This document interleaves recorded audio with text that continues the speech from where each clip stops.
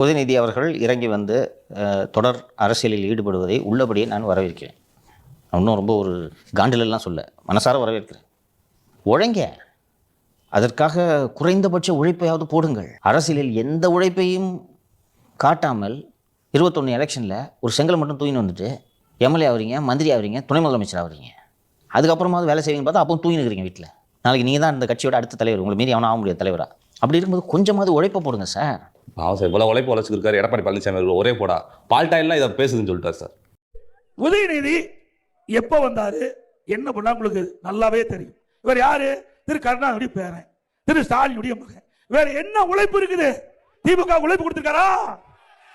இவரு பேசுறாரு, நம்மள பால்டாயெல்லாம் பேசுது, என்ன பண்றது? இந்த அளவுக்குலாம் பேச மாட்டாருங்க சார் 3PS.